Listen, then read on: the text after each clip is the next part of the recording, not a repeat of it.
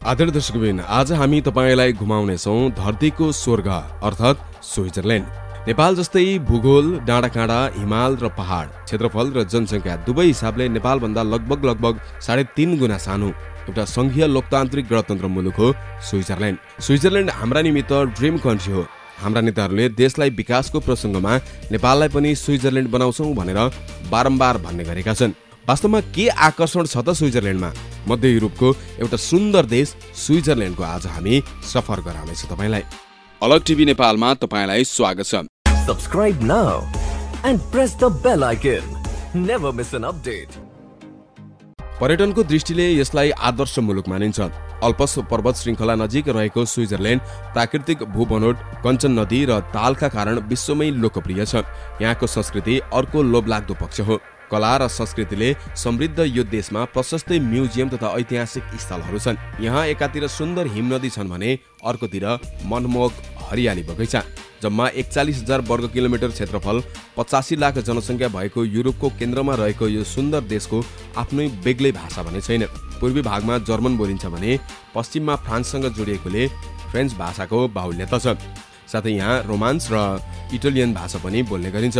Switzerland जम्मा 26 वटा प्रदेशमा रहेको छ। स्विजरल्यान्डमा वर्षेनी 1 करोड भन्दा बढी पर्यटक पुग्ने गर्दछन्। पूर्वाधारको विकासले नै यो सम्भव भएको हो। हिमाली इलाकाहरूमा स्कीका लागि, हिउँमा गएर चिप्लेटी खेल्नुका लागि सुविधा रहेको छ। केबल कारहरू पनि सञ्चालनमा छ। जलविद्युत निकालिएको छ, बाटोघाटो पुर्याएको छ, अन्य थुप्रै सुविधाहरू छन्। अर्कोतर्फ पर्यटकहरूले यहाँ समय बिताउँदा आफूलाई सुरक्षित समेत महसुस गर्छन्। स्विजरल्यान्ड धेरै हिसाबले नेपाल जस्तै छ।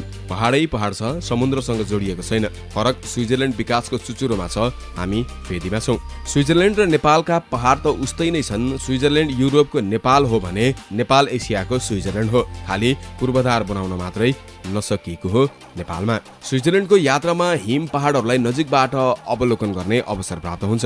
यहाँ हिम गुफाहरू अवलोकन गर्न सकिन्छ। यी हिम पहाडहरूमा भव्य रेस्टुरेन्टहरू छन्। केबल कार चढेर टिटलिस पर्वत श्रृङ्खलाको सुन्दरता निहाल्न सकिन्छ। यही यात्रामा जर्मनीको ब्ल्याक फरेस्ट पनि अवलोकन गर्न पाइन्छ। यसका साथै हिम पार्कमा घुम्न सकिन्छ, जसको रोमाञ्चक अनुभव भिन्न हुन्छ। मान्ट्रो, इन्टरलेकन, न्युसन, saint marriage, जर्मेट, basal, burn, Geneva आदि यहाँका प्रमुख पर्यटकीय गन्तव्य हुन्। स्विजरल्यान्डको सुन्दरताले त्यहाँ पुग्ने जो कसैको मन लोभ्याउन सामर्थ्य राख्दछ। पर्यटन र कृषि क्षेत्रमा स्विजरल्यान्ड समृद्ध छ। त्यहाँको जेनेभा, ज्युरिक, बर्न लगायतका सहर र पहाड हेर्न पर्यटकको ओहिरो लाग्छ। कृषि, पशुपालन, खास गरी गाईमा स्विजरल्यान्ड प्रसिद्ध छ। त्यहाँको चीज र चकलेट संसारभर कहलिएका छन्। स्विस घडीहरूलाई अरूले चुनौती दिन सकेका छैनन् आजसम्म पनि। स्विजरल्यान्डको द्रुत विकासको एउटा कारण त्यहाँका बैंकहरूमा संसारभरका धनी मानिसहरूले विश्वास गरेर जम्मा गरेको धन पनि हो। स्विस बैंकहरू ग्राहकको गोपनीयता राख्ने कुरामा कहलिएका छन्। स्विस बैंक रहेको जमिन मुनि अरबतिरका धनाढ्यहरूको सुन टनका टन भएको त्यहाँका बासिन्दाहरू बताउने गर्छन्। नेपालका समेत केही धनी मानिसहरूको धन स्विस बैंकमा जम्मा भएको कुरा पञ्चायत कालमै सुन्ने गरिन्थ्यो। संयुक्त राष्ट्रसङ्घको सदस्यता लिएपछि र अहिले सम्पत्ति शुद्धिकरणको विश्वव्यापी अभियानका कारण स्विजरल्यान्डमाथि दबाव बढ्दै गएको छ। कहिले जाने त स्विजरल्यान्ड? त्यसो त स्विजरल्यान्ड एकदमै सुन्दर मुलुक हो। यद्यपि त्यहाँ भ्रमणका लागि जाडो सिजन उपयुक्त हुँदैन। जाडो मौसममा त्यहाँको सुन्दरताको सही दृश्य देख्न पाइँदैन। स्विजरल्यान्डको यात्रामा अनेकौं साधन प्रयोग गर्न सकिन्छ। कतै केबल कार त कतै बोटिङको मजा लिन सकिन्छ, कतै ट्रेन त कतै कारबाट यात्रा गर्न सकिन्छ। यहाँ भाडामा सुविधाजनक कार सजिलै उपलब्ध हुन्छन्। हरेक स्थानमा अलग अलग साधनमा सैर गर्न सकिन्छ। उच्च हिम पहाडमा पनि पर्यटकले मनग्य सुविधा उपयोग गर्न पाउँछन्। स्विजरल्यान्डका सहरहरूमा सर्वसुविधा सम्पन्न टुरिस्ट सेन्टरहरू छन्। त्यहाँबाट स्विजरल्यान्डको पर्यटन सम्बन्धी सबै जानकारीहरू हासिल गर्न सकिन्छ। नेपालमा मध्यवर्गीय परिवारहरू आजकल बिदा मनाउनका लागि विदेश जान थालेका छन्। तपाई पनि विदेश घुम्न जाने योजनामा हुनुहुन्छ भने युरोपेली मुलुक स्विजरल्यान्ड उत्तम विकल्प हुन सक्छ। पश्चिमी युरोपमा रहेको स्विजरल्यान्डको राजधानी बर्न हो र सबैभन्दा ठूलो सहर ज्युरिक हो। त्यहाँका अधिकांश भाषाहरू जर्मन, फ्रान्सेली र इटालियन हुन्। यो देश फ्रान्स, इटली, जर्मनी र स्पेनबाट घेरिएको छ। यहाँ पर्यटकहरूको लागि धेरै आकर्षणका केन्द्रहरू छन्। स्विजरल्यान्डमा केबल कारबाट घुम्न सकिन्छ। केबल कार चढेर पर्वत श्रृङ्खलाको भ्रमण गर्न पनि सकिन्छ। कतै जहाज, कतै रेल अनि कतै कारमा पनि घुम्न सकिन्छ। भाडामा कारहरू सजिलै भेटिन्छन्। फरक ठाउँमा फरक साधन प्रयोग गर्नुभयो भने त्यहाँको स्वर्गीय आनन्द लिन सक्नुहुन्छ। स्विजरल्यान्डको प्राकृतिक सुन्दरतालाई त्यहाँको सरकारले कायम राख्नका लागि भर मजदुर प्रयोग गरेको छ। त्यहाँका अग्ला हिम नदीहरूमा पर्यटनका लागि हरेक सुख सुविधाहरू उपलब्ध छन्। स्विजरल्यान्डमा जुनसुकै मौसममा जान सकिन्छ। मध्य जाडोमा चाहिँ त्यहाँ नजाँदा राम्रो। जाडोमा त्यहाँ तापक्रम अत्यन्तै कम हुन्छ र त्यहाँको पूर्ण सुन्दरता पनि देख्न पाइँदैन। त्यहाँका प्रमुख ठाउँहरूमा ज्युरिक, बेसल, जेनेभा, बर्न र लुजेन रहेका छन्। अब हामी कुरा गर्नेछौँ स्विजरल्यान्डका घुम्नै पर्ने सुन्दर स्थानहरूको बारेमा। सबैभन्दा पहिले कुरा गरौँ ज्युरिक। यो स्विजरल्यान्डको सबैभन्दा ठुलो सहर हो। यो ठाउँ पर्यटनका लागि विशेष मानिन्छ। यो सुन्दर सहरमा केही लोभलाग्दा पर्यटकीय स्थल पनि छन्। खास गरी जुजोलोजिकल गार्डन ज्युरिकको प्रमुख आकर्षण हो। केही पशुपक्षीका कारण यसको गणना युरोपको सबैभन्दा राम्रो चिडियाखानामा हुन्छ। यहाँका साथै museum of art, opera house, Swiss national museum, Belvoir park, रासन falls, Rhine falls, old town पनि दर्शनीय स्थल हुन्। भ्रमणका साथै ज्युरिकमा किनमेल पनि गर्न सकिन्छ। ज्युरिक क्यान्टोनमा पर्ने यो सहरमा करिब 4 लाख मानिसहरू बसोबास गर्छन्। रोमनहरूले झन्डै 2000 वर्ष पहिले स्थापना गरेको यो सहरमा 6000 वर्षभन्दा पहिलेदेखि नै मानव बसोबास रहेको ठान्ने गरिन्छ। यहाँको मुख्य भाषा जर्मन हो। संसारका सबैभन्दा ठूला वित्तीय केन्द्रहरू मध्ये पर्ने ज्युरिकमा ठुल्ठुला ब्याङ्क तथा वित्तीय संस्थाका कार्यालयहरू रहेका छन्। संसारकै सबैभन्दा धनी र राम्रो जीवनस्तर रहेको सहरमध्येमा पर्ने यो सहरलाई द इकोनोमिस्ट पत्रिकाले बस्न योग्य संसारका 10 वटा सहरहरूको सूचीमा राखेको थियो। यहाँको आकर्षणको केन्द्र ज्युरिक ताल पनि रहेको छ। लेक ज्युरिक बाहेक यहाँका अन्य दर्शनीय स्थानहरूमा राष्ट्रिय संग्रहालय तथा ज्युरिक विश्वविद्यालय पर्दछ।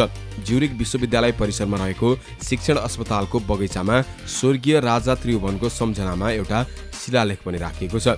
यो शिक्षण अस्पतालमा सन् 1955 मा राजा त्रिभुवनको निधन भएको थियो। उनको सम्झनामा राखिएको शिलालेख ठ्याक्कै कल्पना गरे जस्तो भने छैन। झट्ट हेर्दा एउटा सिमेन्टको पट्टी जस्तो लाग्छ। धातुको प्लेटमा कुदिएका अक्षरहरू मेटिनै लागेका छन् र पढ्न पनि मुस्किल पर्छ। राजा महेन्द्र र रानी रत्न राज्यलक्ष्मीले स्मृति स्वरूप छाडेको उक्त चिन्ह वर्षौंसम्म अस्पतालको कोरिडोरमा मिल्केको बताइन्छ। तर सन् 1999 देखि भने अस्पतालको बगैँचामा शिलालेख बनाएर राखिएको छ। तर यसै ठाउँमा नयाँ भवन बन्ने भएपछि अब अस्पताल परिसरभित्रै अर्को स्थानमा स्थानान्तरण गर्ने प्रयास थालिएको छ। इन्टरल्याकन यो पहाडहरूको बीचमा रहेको सहर हो। सिताम्मे हिमालले घेरिएको सानो सहर इन्टरल्याकनको भूबनोट पोखरासँग मिल्दोजुल्दो छ। यो सहर 2 वटा तालको बीचमा रहेको छ। इन्टरलेकन राजधानी बनबाट 56 किलोमिटर टाढा पर्छ। ब्रिनेज र थुन 2 तालहरूको बीचमा अवस्थित भएकाले पनि यसलाई इन्टरल्याकन भनिएको हो। हिउँले रङ्गिएका उच्च पहाडहरू र पहाडभन्दा माथि हिमालय पर्वतहरू सुसज्जित रहेका छन्। साहसिक पर्यटनका लागि यो गजबको क्रीडा स्थल हो। प्राकृतिक सौन्दर्यले भरिपूर्ण यो स्थानमा थुप्रै बलिउड चलचित्रहरू छायाङ्कन गरिएको छ। यो सहरमा पर्यटकले स्विजरल्यान्डको इतिहास र वर्तमान दुवैसँग साक्षात्कार गर्न सक्छन्। सूर्योदयको समयदेखि नै यहाँको चम्किलो पहाडले पर्यटकको मन लोभ्याउँछ। झन्डै 6000 जनसङ्ख्या रहेको यति सानो सहरमा वर्षेनी 26 लाख आन्तरिक तथा बाह्य पर्यटकहरू आउने गर्दछन्। पूर्वाधारको विकास भयो भने मात्र उल्लेख्य मात्रामा पर्यटकहरू भित्रन्छन् भन्ने यो एउटा ज्वलन्त उदाहरण पनि हो। इन्टरलेकन पुग्ने पर्यटकहरूमध्ये झन्डै 9% भारतीय छन्। सन् 1995 मा बलिउड निर्देशक यश चोपडाले दिलवाले दुल्हनिया ले जाएंगे चलचित्रको छायाङ्कन यसै ठाउँमा गरे। त्यसपछि यहाँ कयौंको संख्यामा बलिउड चलचित्रहरू बने र भारतीय पर्यटकहरूको ओइरो लाग्न थाल्यो। सन् 2011 मा यहाँको क्यान्टोनले एम्बेसडर अफ इन्टरल्याकनको मानर्थ उपाधिले निर्देशक चोपडालाई सम्मान गर्यो। उनको निधनपछि क्रुसाल गार्डनमा सम्झना स्वरूप एउटा प्रतिमा स्थापना गरिएको छ। बेसल स्विजरल्यान्डको तेस्रो धेरै बसोबास गर्ने सहर हो। बेसल यहाँ झन्डै 1,80,000 मानिसहरू बसोबास गर्ने गर्दछन्। यहाँको प्राकृतिक सुन्दरता एवं ऐतिहासिक आकर्षणले भ्रमणलाई सार्थक बनाउँछ। राइन नदीको किनारमा अवस्थित बेसल जर्मनी र फ्रान्सको नजिकै रहेको छ। विविध सांस्कृतिक बहुआयामिक इतिहास, आधुनिक कला र वास्तुशिल्प यहाँ सबै रहेका छन्। बेसलको ऐतिहासिक म्युजियम, आर्ट म्युजियम तथा आर्किटेक्चरका कारण यो सहरलाई स्विजरल्यान्डको आर्ट एन्ड डिजाइन क्यापिटल पनि भनिन्छ। जेनेभा अल्पस पर्वतको काखमा अवस्थित जेनेभा युरोपको सर्वाधिक सुन्दर सहरहरूमध्ये एक मानिन्छ। स्विजरल्यान्डको दोस्रो ठूलो सहर हो जेनेभा। संयुक्त राष्ट्र संघको युरोपियन मुख्यालय समेत रहेको यो सहर विश्व प्रसिद्ध पर्यटक स्थल हो। यहाँको सबैभन्दा आकर्षक स्मारक हो जेट ड्यू। यहाँ विश्वकै सबैभन्दा अग्लो पानीको फोहरा अवलोकन गर्न सकिन्छ। वाटर जेट छेउमै रहेको जेनेभा तालको बीचमा 24 घण्टा चालु रहने पानीको फोहरा हो, जसबाट 6000 लिटर पानी निरन्तर 140 मिटर उचाइसम्म फोहराको रूपमा फ्याँक्ने गर्दछ। प्रायः जसो पर्यटकको घुइँचो लाग्ने गर्दछ यो फोहरामा। जेनेभाको घडी उद्योगको प्रतीक फ्लावर क्लक पनि हेर्न पाइन्छ। यहाँको सेकेन्ड काँटा विश्वकै सबैभन्दा ठूलो मानिन्छ। त्यहाँ पश्चिम युरोपका सबैभन्दा ठूला तालहरू मध्येको एक लेक जेनेभा पनि रहेको छ। यसले यो सहरको सौन्दर्य बढाएको छ। यो तालले स्विजरल्यान्ड र फ्रान्स दुई मुलुकलाई समेत जोडेको छ। बर्न यो स्विजरल्यान्डको राजधानी हो, जहाँ केही स्मारक, म्युजियम, बगैँचा तथा सुन्दर पर्यटन स्थल रहेका छन्। स्विसहरू बर्नलाई संघीय सहर भन्ने गर्दछन्। यो स्विजरल्यान्डको 5औं ठूलो सहर हो। यहाँको जनसङ्ख्या झन्डै 1,40,000 रहेको छ। स्विजरल्यान्डको संसद र संघीय राष्ट्रपतिको कार्यालय पनि यही रहेको छ। यहाँबाट एल्प्स पहाडको सुन्दरता नजिकबाट अवलोकन गर्न सकिन्छ। बर्नको केन्द्रमा ऐतिहासिक पुरानो सहर छ, जसलाई युनेस्कोले कल्चरल वर्ल्ड हेरिटेज साइट घोषणा गरेको छ। विश्वविख्यात वैज्ञानिक अल्बर्ट आइन्स्टाइन सन् 1903 देखि सन् 1905 सम्म बर्नको जुन अपार्टमेन्टमा बसेका थिए, त्यसलाई अहिले म्युजियमका रूपमा विकास गरिएको छ। लुकागो स्विजरल्यान्डको लुकागोमा राष्ट्रिय महत्त्व राख्ने 1.5 दर्जन जति प्राचीन सम्पदाहरू रहेका छन्। Library, national recording archive, search, museum आदि त्यसमा सामेल रहेका छन्। लुकागो पहाड प्राकृतिक सौन्दर्यका लागि प्रख्यात पनि छ। यो संस्कृति, ऐतिहासिक संरचना, कला र संस्कृतिको सहर पनि हो। यहाँ केही उत्सव पनि मनाइन्छ। International film festival Winterthur, Locarno international film festival, royal arena festival, Zurich festival यहाँका विशेष उत्सवहरू हुन्। आदरणीय दर्शकबिन, आज हामीले तपाईलाई स्विजरल्यान्ड घुमायौं। स्विजरल्यान्डका घुम्नै पर्ने ठाउँहरूको बारेमा जानकारी गरायौं। सुन्दर सुन्दर दृश्यहरू तपाईलाई अवलोकन गरायौं र समग्रमा स्विजरल्यान्ड घुमायौं, धरतीको स्वर्ग घुमायौं। आजको भिडियो अन्तिमसम्म हेरिदिनु भयो, तपाईप्रति एकदमै आभारी छौं। अन्य यस्ता थुप्रै भिडियोहरूको लागि हाम्रो च्यानल सब्स्क्राइब गर्न नभुल्नु होला। धेरै धेरै धन्यवाद।